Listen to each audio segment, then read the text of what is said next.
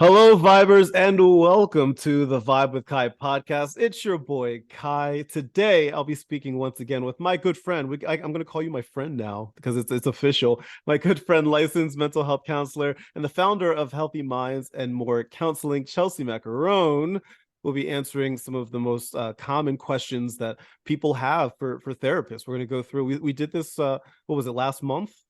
I think it Yeah, was last month, and now we didn't even get a chance to get through all of them. We probably won't even be able to get through all of them again today. that's But okay.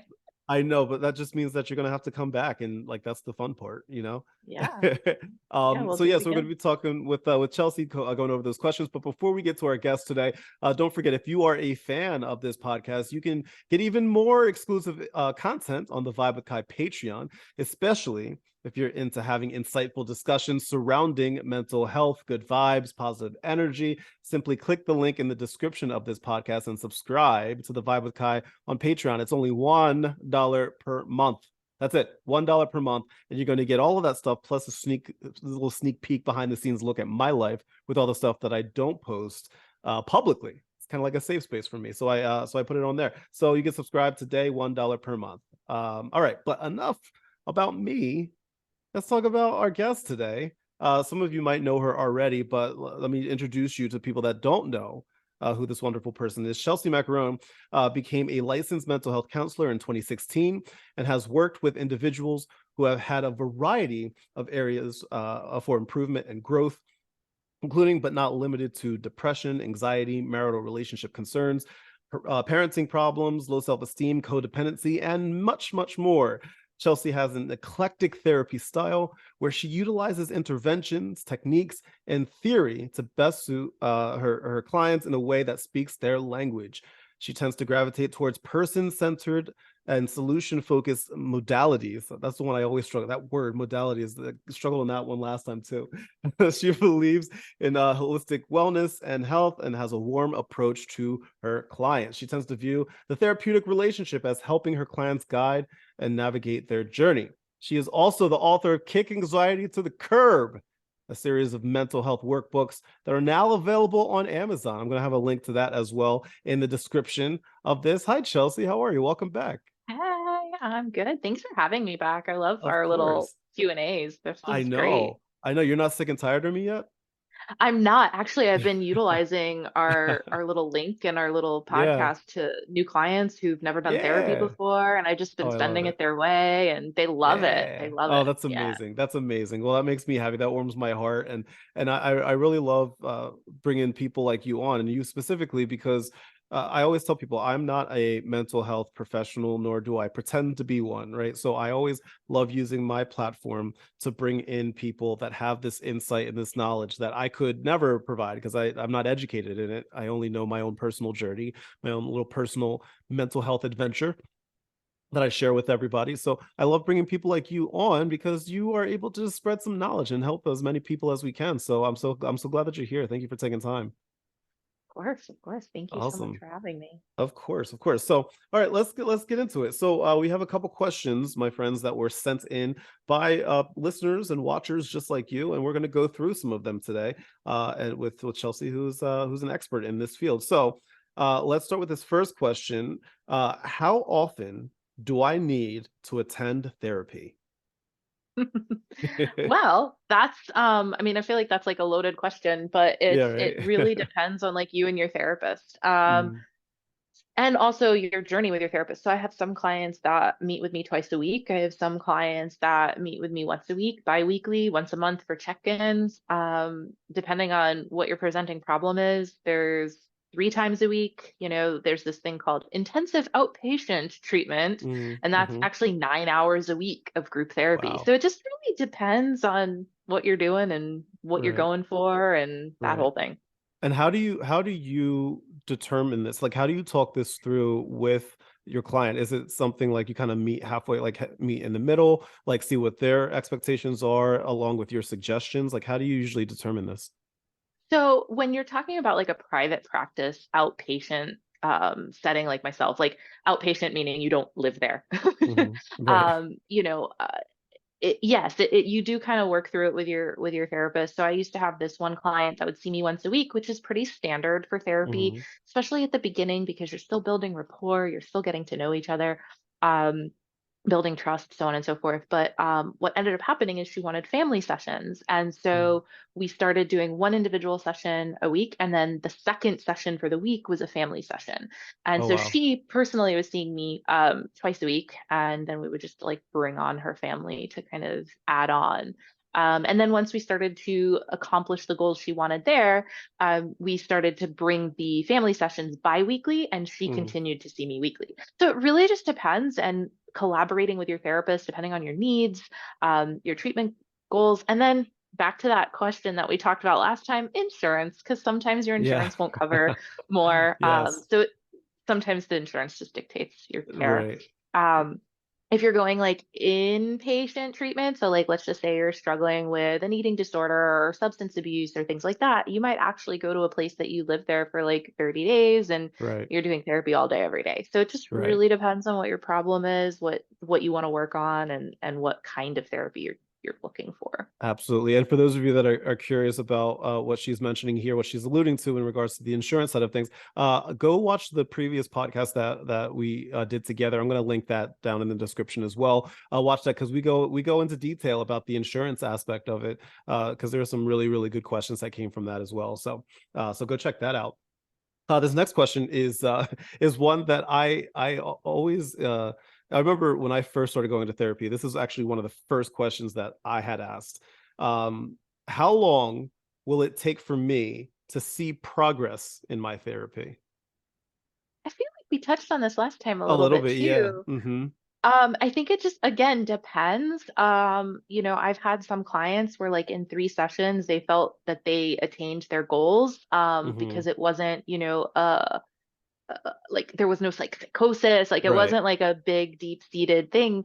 There wasn't layers of trauma and whatever. Anyway, so it just really depends. I have some clients where we've been working together for a couple of months. I've had some clients where they've come back after a year because they had a different Right. issue arise. So I hate saying it depends all the time, No, but but it's true. I mean, every person is different, and every situation is different, and I think that depending on how the person is and how they react to things and how they implement things and the things that happen in their own personal life, I think that all comes into play when it comes to seeing progress, yeah. in that regard. I think a good average, and this is like a sweeping generalization, is like 6 to 8 months. Hmm. But Hmm. that again, that's like an average because you have your Right. 3 session clients and you have your like 3 year clients, Right. so Right. Right. yeah. This next one is a good question. I love this. How I mean, this might go without saying, but I love this question. How confidential is therapy? So this goes back to the insurance. It depends. Hmm. Right? So if you're doing Hmm. cash and you're not going through your insurance, it's like 100% confidential almost, right? So Right. with confidentiality, like you can't even, as a therapist, you can't even confirm or deny that a client is your client unless they sign a release of information. Mm-hmm. So, unless like a doctor's office can call me or a school can call me and say, hey, I have so and so, they say you're their therapist and I just need like records for I don't know, whatever. I can't Hmm. confirm or deny that they're even my client unless Right. unless my client signs something for me. The only times that that confidentiality has to be broken is with a suicide Hmm. ideation, right? So if there's like thoughts of suicide, I'll do a risk assessment. Mm. Um, Now, a lot of therapists are really like hesitant and they shy away from this. And so a lot of clients are afraid to say, hey, I've been thinking about suicide. Because the thing is sometimes thoughts, like passive thoughts of like hopelessness and like wanting to like end it is Hmm. kind of common. And Hmm. that doesn't mean that you're at risk for suicide, and that doesn't mean that you have to go into the hospital for care. Right. In the state of Florida, it's called the Baker Act. Um, so you don't have to go on like a suicide watch. So we do a risk assessment to Hmm. make sure that you're safe. So Right. if Right. we find that you are actually suicidal or homicidal, that's the other one, Hmm. then yes, we have to break confidentiality and get you the help and care that you need. And usually I do that transparently, and I course like I do it with my client unless Right. they're a flight risk. Right. Um, the other time is if there's a suspicion of abuse of a child or elderly Mm, person, then right. we have to make an abuse report. And then if we're subpoenaed by the courts, that those are really the only like three main times that you have to break confidentiality for a cash client. Right. For So, insurance clients, okay. it's Yeah. all those Mhm. three, and then with the Yeah. insurance And company. then the insurance company comes into play. Yeah. Yeah. Because they're going to ask questions. Right. Yeah. Yeah. You have to deem the therapeutic session medically necessary. Hmm. So, in order to do that, you're essentially breaking confidentiality. Right. Good Lord. But they don't count it as that. They don't say Right. that it's breaking confidentiality because they're the insurance company and they know all of Right. your medical stuff. But Right. Right. And to kind of like, I guess, piggyback off of that, just to confirm, because I think this also might be what uh the person that submitted this might be hinting at. So I'm going to assume that therapists aren't you're not like going around telling stories about a specific person like with their name and stuff out there. Like it's just not that's not a thing that happens. no, the closest thing Hmm. that we'll do is like talking about clients is like if we're staffing or consulting with other therapists, but we Right. never use identifying information. Like Right. I'll use like maybe initials of a client, or I'll say, oh, let's just Hmm. call them John Doe or Jane Doe or them Hmm. Doe. But I don't actually like use any identifiers. Like I won't even like even describe what they look like. I'll just be like, here's the Right. presenting problem clinically, which usually is pretty common. And then I'll ask like for, feedback or input or how would they, treat it if I'm like Right. stuck or just doing consultation work.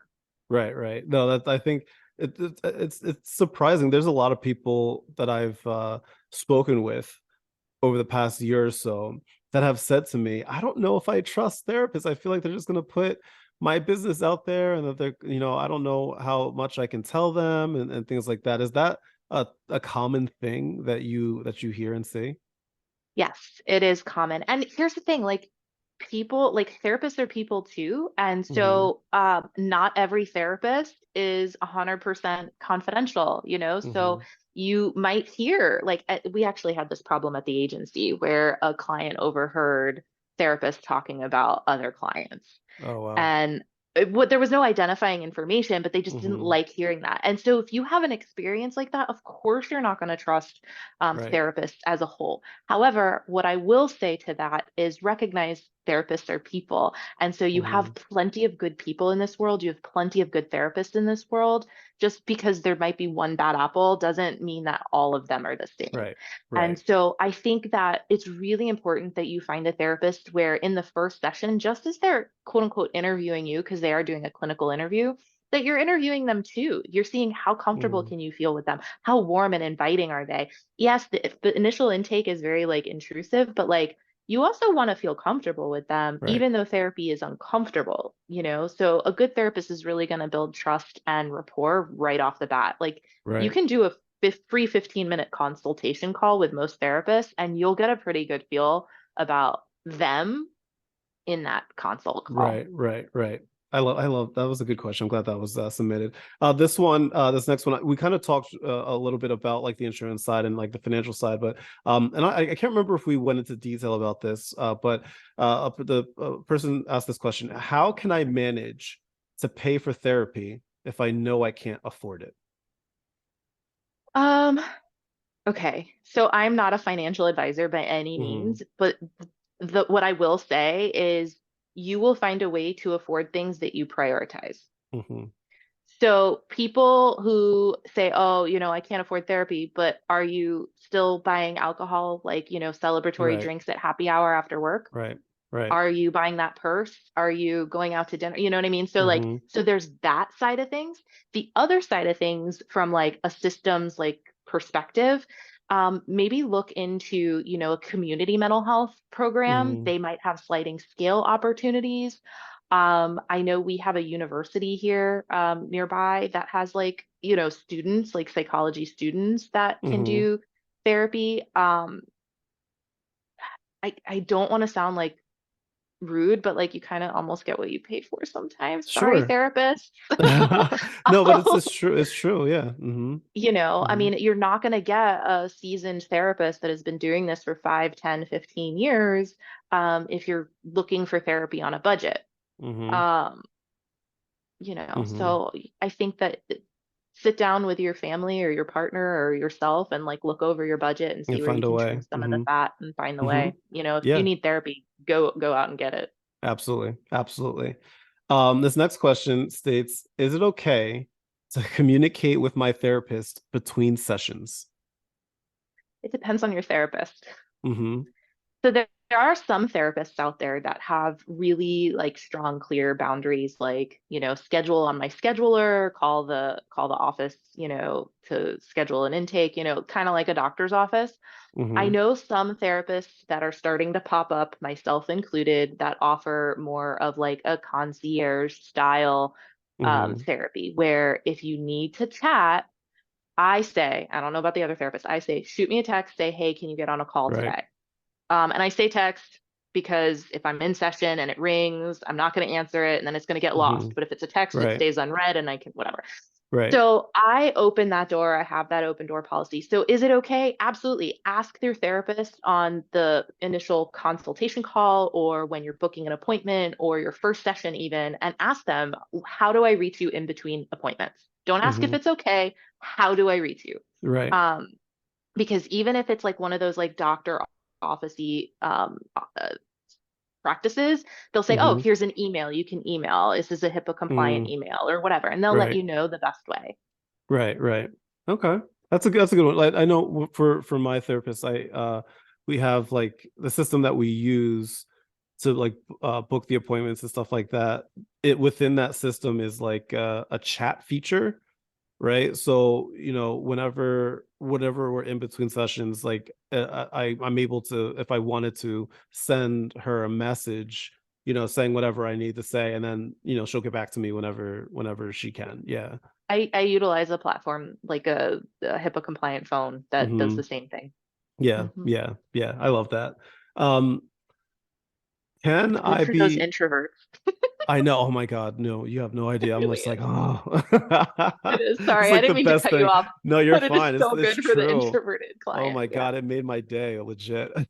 When I saw that was a feature, I was like, oh my God, thank God. Um, can I be described? Can I be prescribed medicine during therapy? So prescriptions come from psychiatrists Hmm. because they're a medical doctor. A psychotherapist is not a medical doctor, so they can't actually prescribe meds. So if you're going to a psychiatrist now, 50 years ago, you would also be doing psychotherapy with your Right, psychiatrist. right. Now, a psychiatrist is just like a medical doctor. You're in, you see them for 5, 10, 15, 20 minutes if you're Yes, lucky, and then you're yes. out. It's funny you So, say that because I didn't know that when I first started going to a psychiatrist for the medicinal part of it.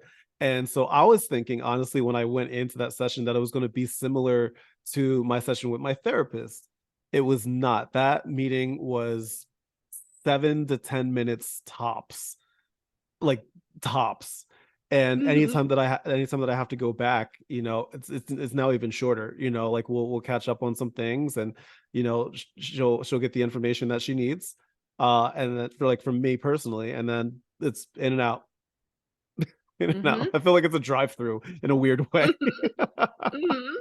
Yeah, yeah. So psychiatry has really changed over the past couple of decades. My Hmm. grandfather, actually, he was a psychiatrist, Mm. and he had a private practice about an hour away from here.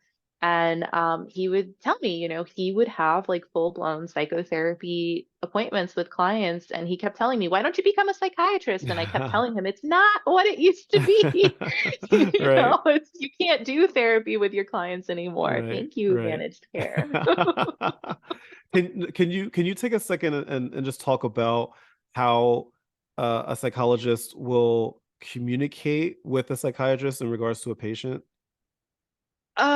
Yes, and it depends vastly on the platform that you're using. So if you are Hmm. in a community mental health agency Hmm. and they have the psychiatrist and everything is under one umbrella, usually it's through medical records and they'll just go in and look at your file and read the Hmm. notes from your psychotherapist.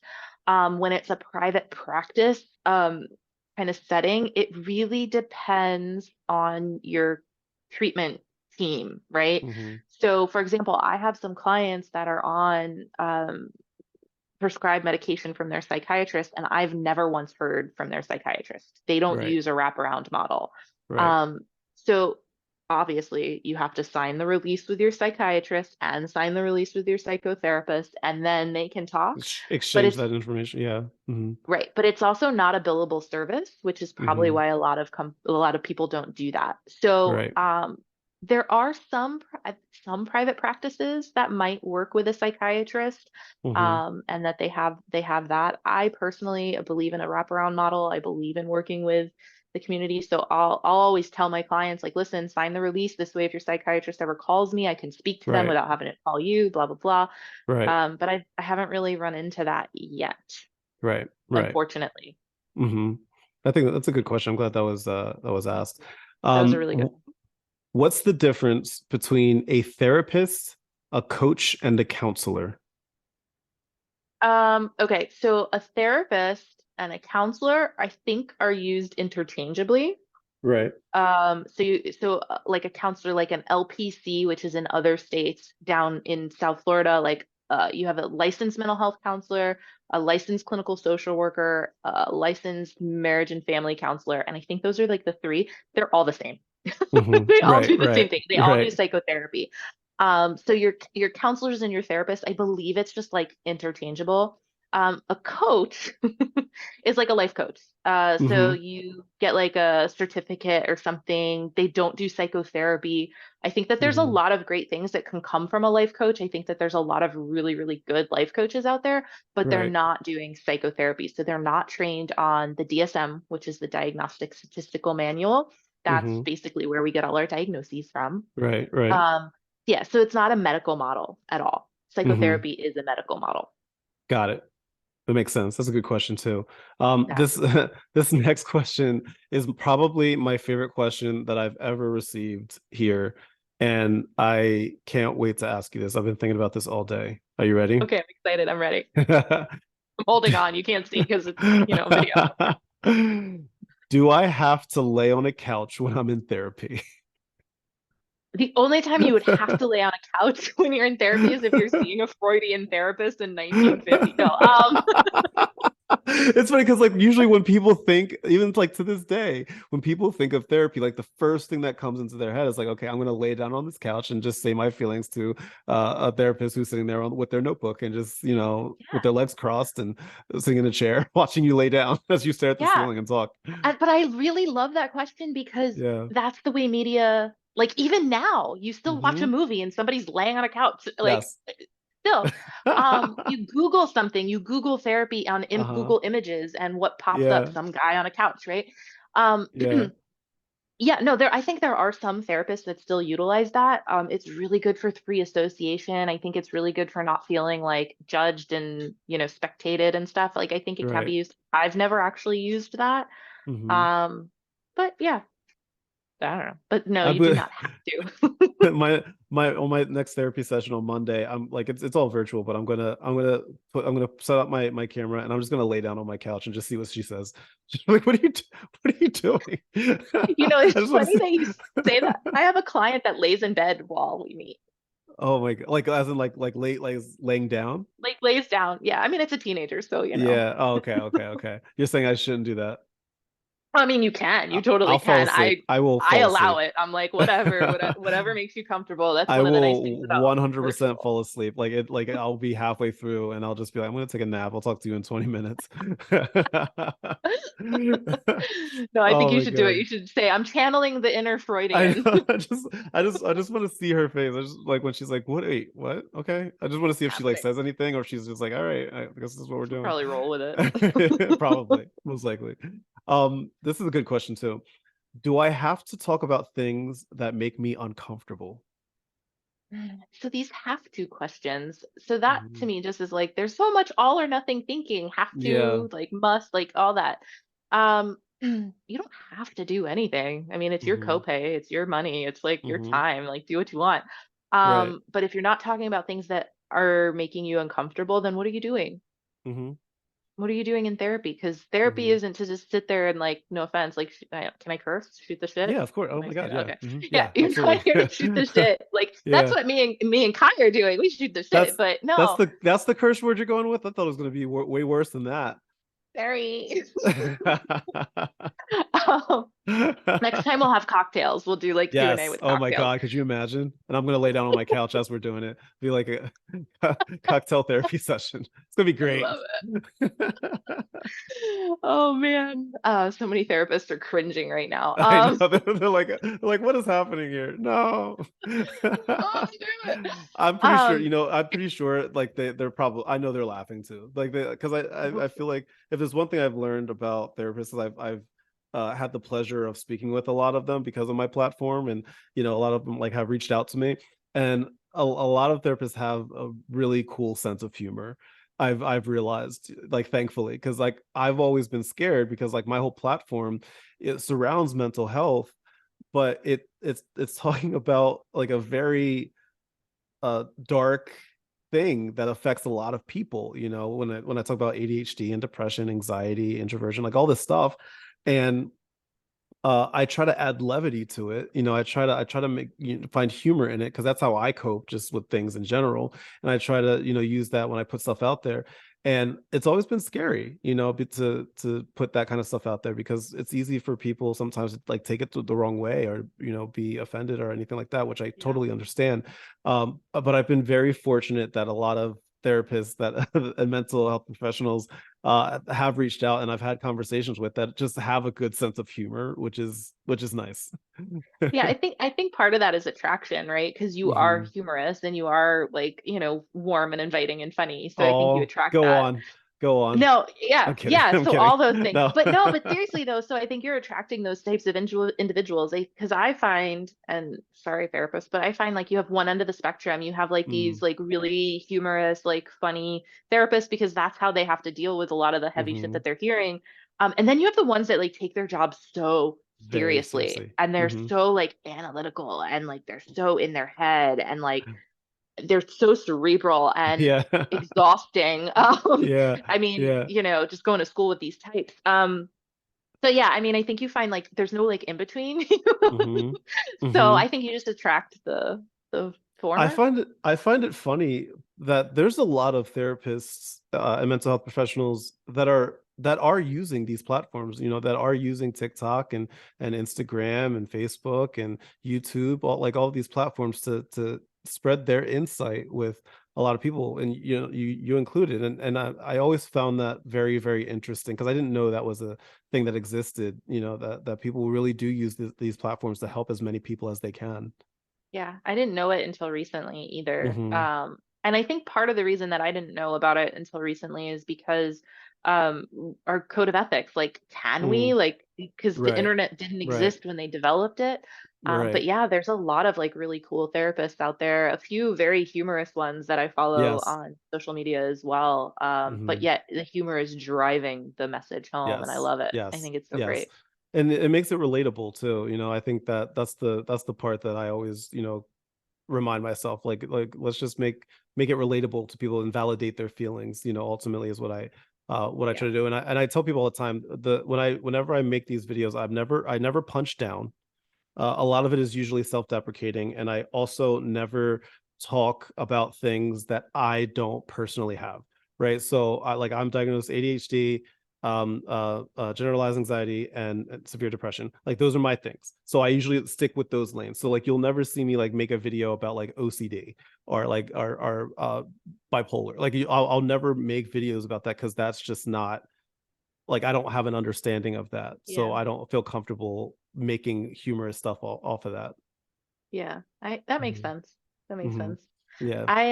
I've noticed very quickly that like making those kinds of videos was not for me. I made one video of like OCD or anxiety and like I did like something that I was doing and like I Yeah. got reamed out by like this therapist. Like it was like this long of a comment. I was like, okay, this is not for me. Like my skin is too thin. I cannot do Yeah, this. Like I that's the can't. really, really tough part. I won't lie.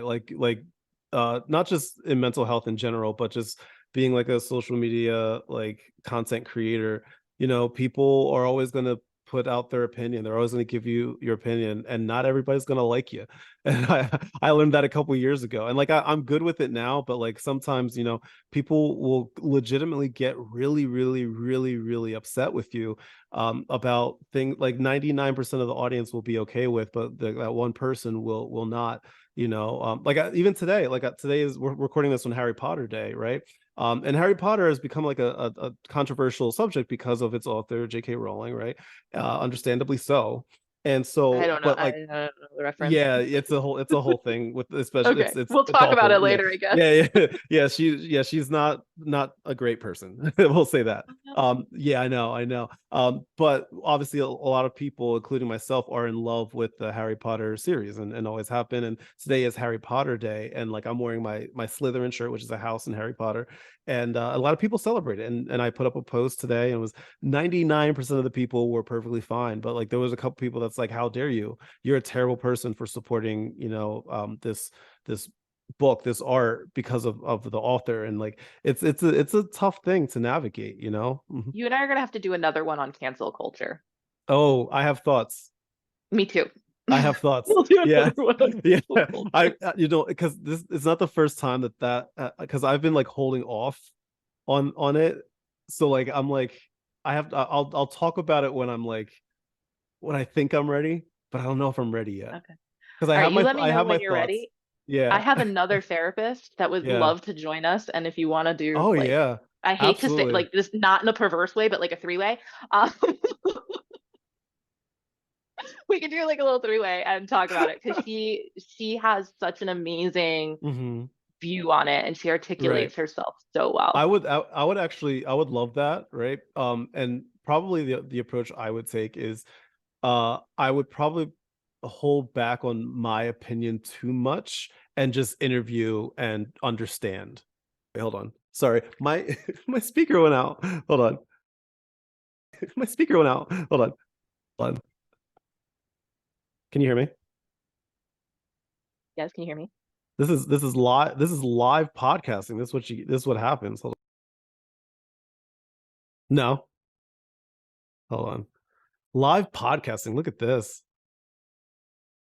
This is fun. Wait, here we go. Speaker. Wait, here we I go. want to do like a little dance. La, Speaker. la, la, la, There la, we go. la, Can you hear me? la. Can you hear me Oh, now? you can hear me? Yes, Yes, can I you can hear hear you me? now. I could hear you the whole time. Oh, it's so funny. It's funny because my beats died. That's what happened. I know. Oh no. I know. So I should. It's my fault. I should have charged them beforehand. I was using them all day, and I didn't charge before we did. And guess what? I'm not cutting this out. This is gonna No, stay. don't do it. I No, want this was people. great. You got Yeah, my I little want people to dance and see my that I am singing. human. I am a human being that forgets to do things a lot. um. Okay. This next question I love. I love as well. Um, I don't know what to talk about in therapy. How do I know what to bring up? Oh man. Okay. So if they were here, I'd be like, so why'd you go to therapy in the first place? Like what Yeah. brought you there? Hmm. Right. So maybe kind of go back to that. Like what made you say, oh God, I need therapy? Like I need to talk about blah blah blah.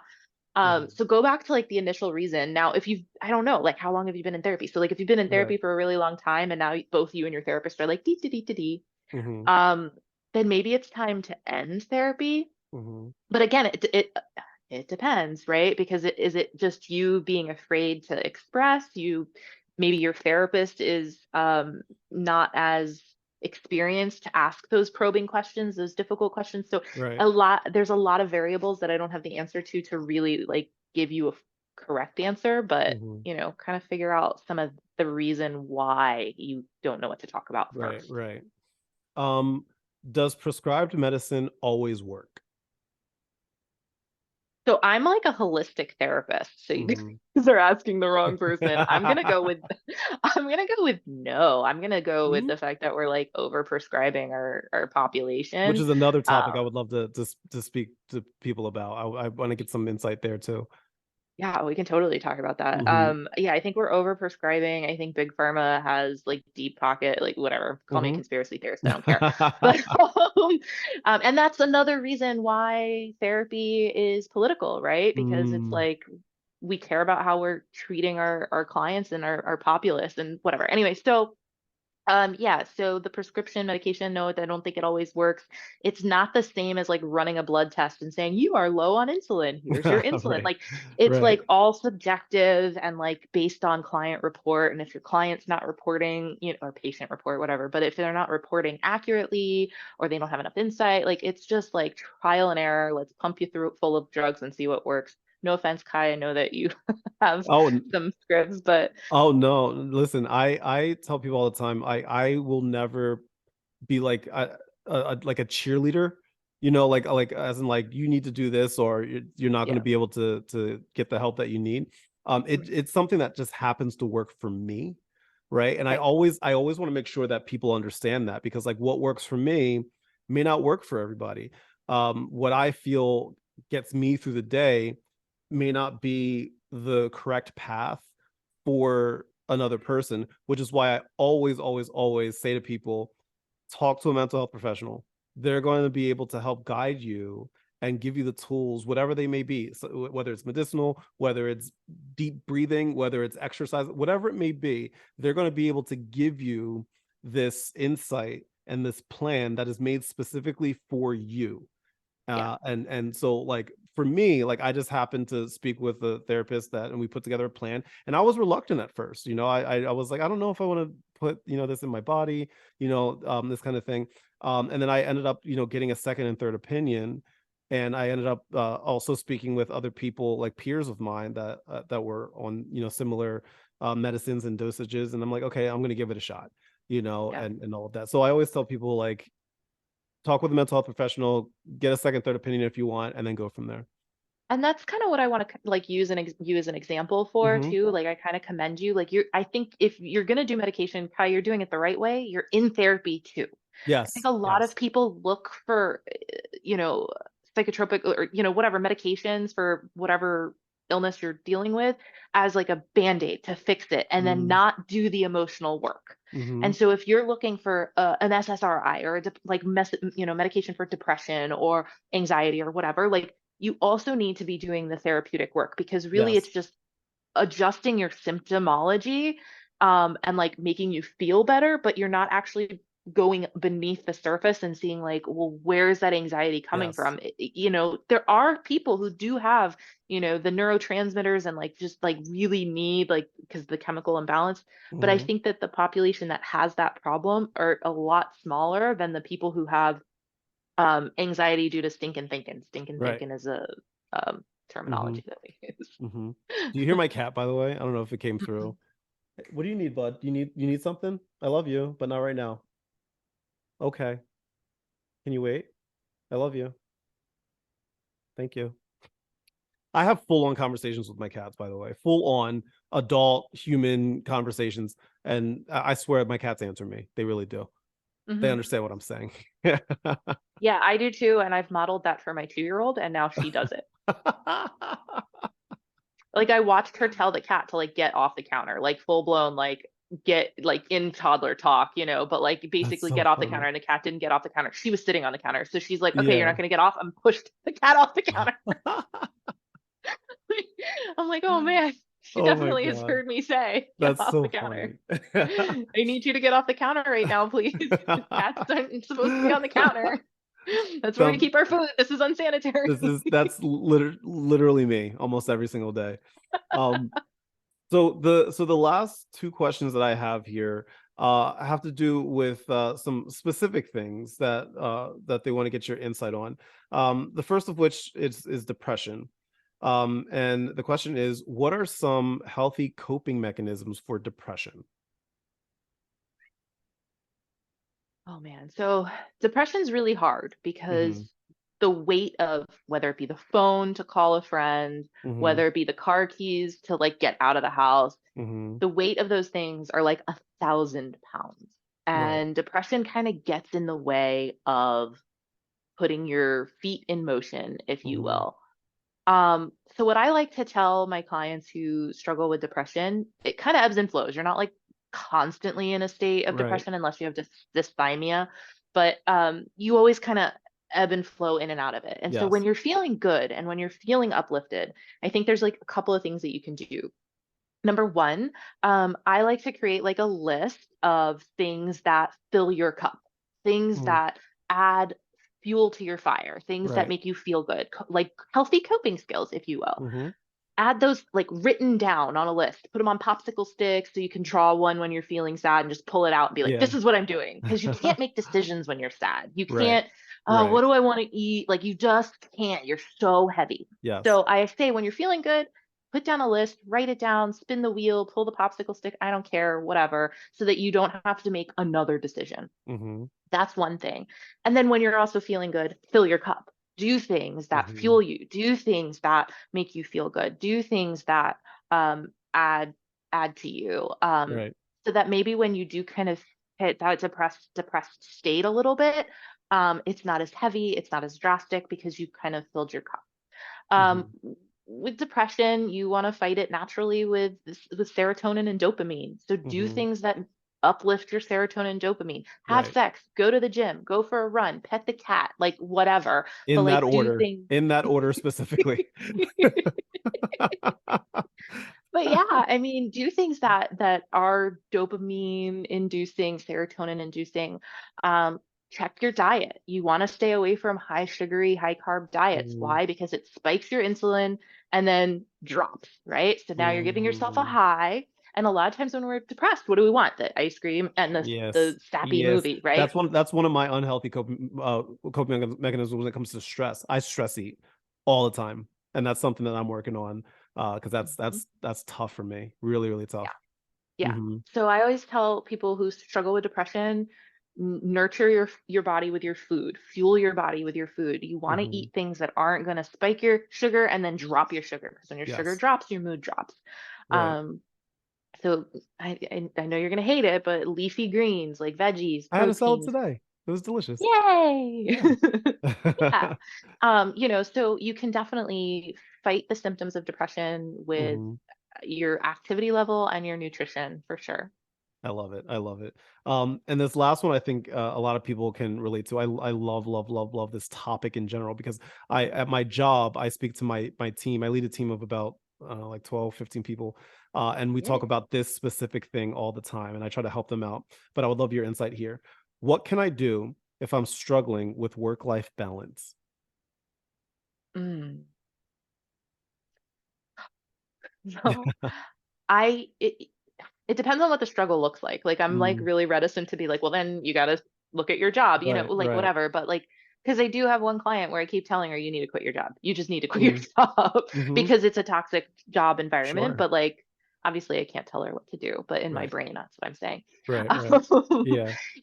But yeah, so I think like it just really like it depends. Like what's Hmm. going on with your work-life balance? Is it your poor boundaries or is it a really unhealthy work environment? Mm, And I right. can speak personally, I have had a really unhealthy work environment and I quit my job. Hmm. And it wasn't my client, it was Hmm. my coworkers. Hmm. Yeah, You I know, think a and lot of us so have been in that situation where it's just like, oh, I need to leave. I need to get out of here because the people are not conducive for my growth, for my happiness, my success, all of that. yeah. Yeah, Hmm. yeah. And so I mean, I think you just really need to assess like is it your poor boundaries? Like so we can, you and I can do one on boundaries if you want, but like a Hmm. lot of times people think boundaries are things that you put onto other people. So like don't Hmm. call me after 5, Kai. Like don't do that. I Right? called And you at that's a boundary. 5:01. I called you at Right? 5:01. That's a Relax. boundary of mine. So people like Right. think that that's what a boundary looks like, Yeah. but really, are you answering your phone after 5? Are you teaching people Mm, how to treat you? Are hmm. you not withholding that healthy boundary? If I don't want people calling me after 5, I'm also not going to answer my phone Right. after 5. Right. And Right. that's the boundary. It's not so much telling people what to do, but rather just upholding that and teaching people how to treat you. So, Right. Right. what are your boundaries like at work? Hmm. You I know? love that. I love that. I love that topic in general. That's something that I have personal thoughts on, and I'm actually writing a really big like white paper on that very topic that I'm going to be publishing at some point this year. So I'm super excited about that. So the last thing here that I would love for you to talk about is your book. So you have Kick Anxiety to the Curb, Yes. a series of mental health workbooks. that are now available for people to get. Can you talk a little bit about what Kick Anxiety to the Curb is and how it helps people? Yeah, so I right now it's not a series yet. I'm going to do Hmm. a Kick It series. But Hmm. the first book that came out is Kick Anxiety to the Curb, and really it started out for myself. Hmm. I was like looking at like ways that I can like manage my anxiety, whatever, and like I would just jot down a few interventions, and then I Hmm. started using those interventions with clients. So really it turned into a psychoeducation. All that means is Hmm. education. An educated workbook, right? So it Yeah. teaches you like what anxiety is, what worry is, what panic is, but like in a non-anxiety producing way. Hmm. I got an anxiety workbook for myself that was like this big, and I was like, I Yeah. can't do it. So I made this one. It was too much. Yeah. So it's really only 120 pages. Hmm. And that sounds like a lot, but the last 20 pages is a blank journal for you. Ooh, I love that. Okay. Hmm. Yeah, and I think that there's also like 50 pages of prompted journaling for Sure. you. Hmm. So the beginning of the workbook, it teaches you and then gives you interventions to like help you through Hmm. some of the anxious thought. It's very CBT, cognitive behavioral therapy heavy. Hmm. Um, because if you can change your thoughts, you can influence your feelings differently and Hmm. change your outcome. Right. Um, I mean, do we have time? I'll give you like a quick example of how Yeah, that works. absolutely. You see my Okay. cat, by the Oh, way, making a kitty. little cameo. Yes. Yeah. So for example, all right, you're at your lunchroom for school, for work, whatever, and you're on your break and you're approaching a table full of your peers. Mhm. And as you go to sit down with your little lunchbox, lunch tray, whatever, the entire table bursts out in laughter. Mm. What's your first thought? It's me. They're laughing right at me. Right, it's me. And Yes. so if you're thinking they're laughing at me, what's your feeling? That, oh God, it could be a number of things. Maybe I have a stupid shirt on. Maybe I What's the feeling, the emotion? oh, embarrassment, fear, guilt for Okay, so no reason. if you're afraid, guilty, and embarrassed, what do you Mhm. do? I me personally, I shut down. Like I completely shut down and I just don't interact and I don't even think my words. I'm even getting antsy about it Yeah, now, thinking okay. about So let's change the thought. it. Let's change the Mhm. thought. Yeah. Same activating event, same thing happens, and you think to yourself, I missed a joke. Mm. What's the feeling? Not what I had before. It's more of like, oh man, maybe I'll catch it next time, or maybe they say something funny and I'll hear about it later. Those are thoughts. Okay. What's the Mm. emotion? Ooh, man, the I'll help emotion. you if you want. I'm gonna do this, dang it. Okay, I'm gonna do it, dang it. Okay, so my thought, you're feeling the um, emotion. my feeling, slight disappointment. Did I Okay, miss the joke? disappointment. Did I miss the Did joke? I But miss like the joke? A little nothing that like I would like think about for the rest of the day. Just like right. slight Maybe a disappointment. little, yeah, disappointment, maybe a little curious, like, oh, I wonder Mm-hmm. what the joke was, Yeah, oh right? yeah. Mm-hmm. So Mm-hmm. if you're feeling a little disappointed that you missed a joke, but you're Mm-hmm. curious about what it was, what would you Mm-hmm. do? Ask. Right. Yeah. So entirely different emotional experience and behavior just because we changed the thought. The action stayed the same. So I the feel work, like I'm getting a free session right now. Do I owe you money? Do I owe you no, money right now? not at all. That's just psychoeducation. That's not a therapy thing. I mean, it is a therapy thing, but that stuff, that kind of stuff, like how to change those thoughts is in that workbook. Mm-hmm.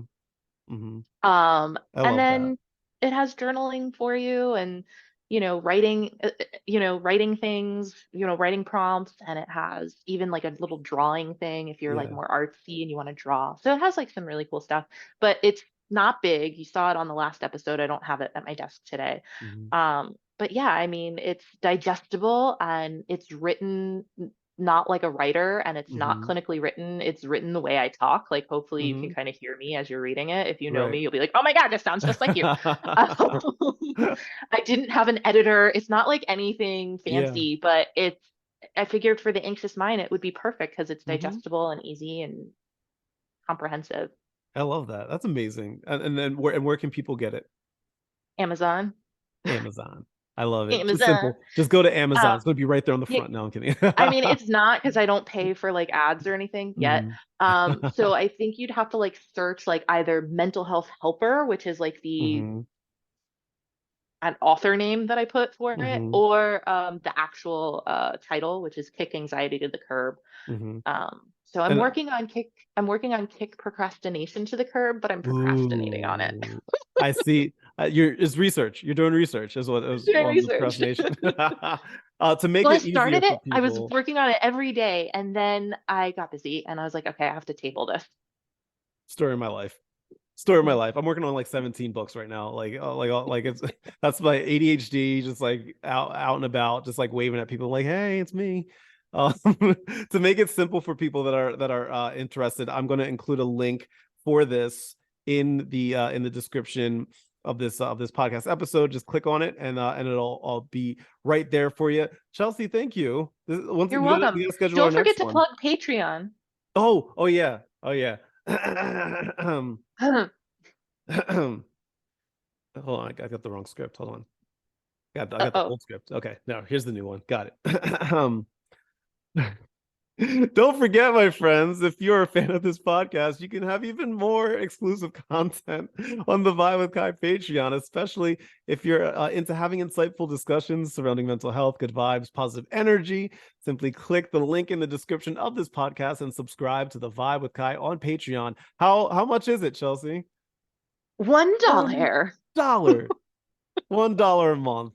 That's all it takes. $1 a month, and you'll be able to get all of that plus all my like personal stuff that I don't post anywhere else. And you want to know something really cool? There's even like a trial thing. If you're like I don't know if I want to spend $1 this month. On Patreon there's a trial. You can do it a trial. I think it's like 7 days. You can get a Oh, trial cool. subscription. We don't have to pay anything. So if you That's want to save cool. that dollar, go ahead. Go click the Take link in that my dollar. bio or my bio in the description right now. Go get that trial. I love it. Yeah, Thank you, Chelsea. If you want of more course. information about Chelsea and all of her stuff, in the description. I have a link to her website, healthymindandmore.com, where you can Mhm. click on it, get some more information. And I also have your social handles here so people can follow you as well if they want to see more from you. And thank you so much Yeah, for being my guest today. I of appreciate you. course. We got to Of schedule the course. next one now. Yeah, we're gonna do it next We month. all, every time we talk, we come up with like 55 new topics. We I talked know. like we have what do we decide today? Cancel culture, Cancel culture. boundaries. What was the other Mhm. one? Mhm. I have to say it out I loud. I'm gonna forgot. forget. I literally have my notepad here because I'm gonna forget. Um, Yeah, write it down I'm because running we already forgot one of them. cancel culture three-way.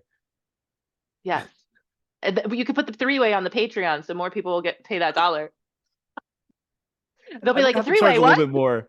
I might have to charge just a little bit more. Maybe $1.50. Maybe maybe you're gonna make me choke. Oh my Sorry. god, that's so funny. At least we're keeping it humorous, whatever. I love it. Chelsea, thank you so much. Everybody that's watching or listening right now, thank you so much for watching and or listening. I appreciate y'all more than you'll ever know. Vibers, my friends, as always, much love, good vibes, and I will talk to y'all later. Bye. Bye.